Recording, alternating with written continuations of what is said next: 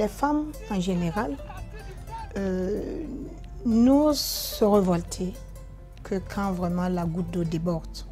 Et nous étions à une phase où, après avoir maintes fois interpellé l'exécutif d'alors de Burkina Faso sur ce risque de dérapage, sur ces dérives graves qui pouvaient occasionner une crise fratricide au Burkina Faso, nous les femmes estimons que la vie de nos enfants était en jeu. Un arrêté avait été adopté et signé par le Premier ministre d'alors où l'on voulait tirer sur les populations si elles sortaient pour manifester. Et les populations étaient faites à majorité de jeunes qui allaient sortir et envahir les rues.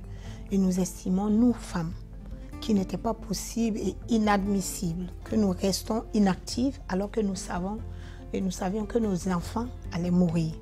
Et deuxièmement, en tant que femme et en tant que mère, nous nous sommes dit que le président du Faso, qui a aussi eu une mère, serait plus attentif à nous, notre cri de cœur. À un moment donné, bon, on s'est arrêté, on a dit bon, on ne bouge plus, on n'est pas d'accord, on ne bouge plus.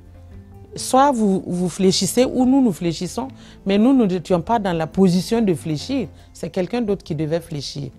Le 27 octobre, quand nous sommes sortis dans la rue, c'était pas en fait pour dire qu'on était mieux que les autres ou quelque chose comme ça, mais c'était pour rappeler au gouvernement de cette époque-là que dans la vie, il y a toujours un frein qu'il faut freiner à un moment donné.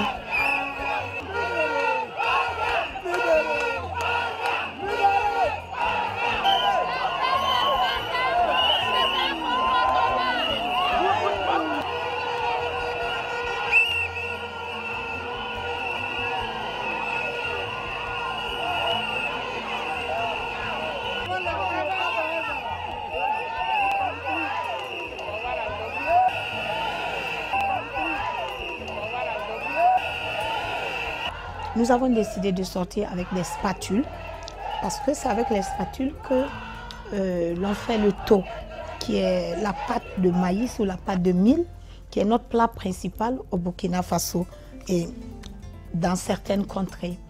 Et cette spatule qui permet de nourrir les enfants est l'instrument le plus utilisé par la femme, mais c'est l'instrument par essence que la femme sort contre un homme en dernier ressort, après avoir utilisé toutes les stratégies de négociation possibles.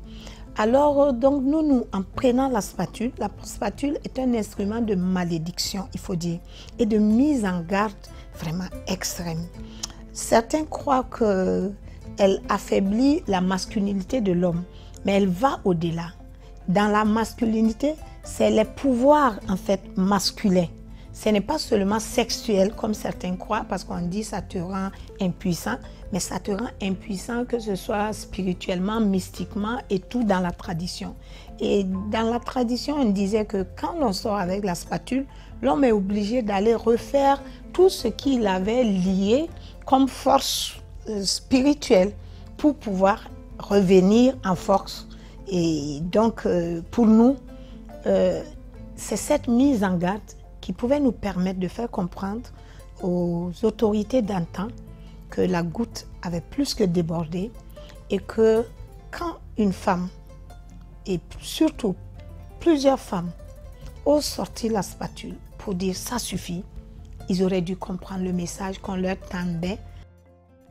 Et on va travailler à faire changer le mental, parce que ce que les gens n'ont pas encore compris, c'est que le mental d'il y a 5 ans, 6 ans, en venant là, au moment de l'insurrection, mais c'est ce mental-là qui est là toujours. Et tant que le mental ne va pas changer, je suis désolée, le Burkina ne peut pas changer.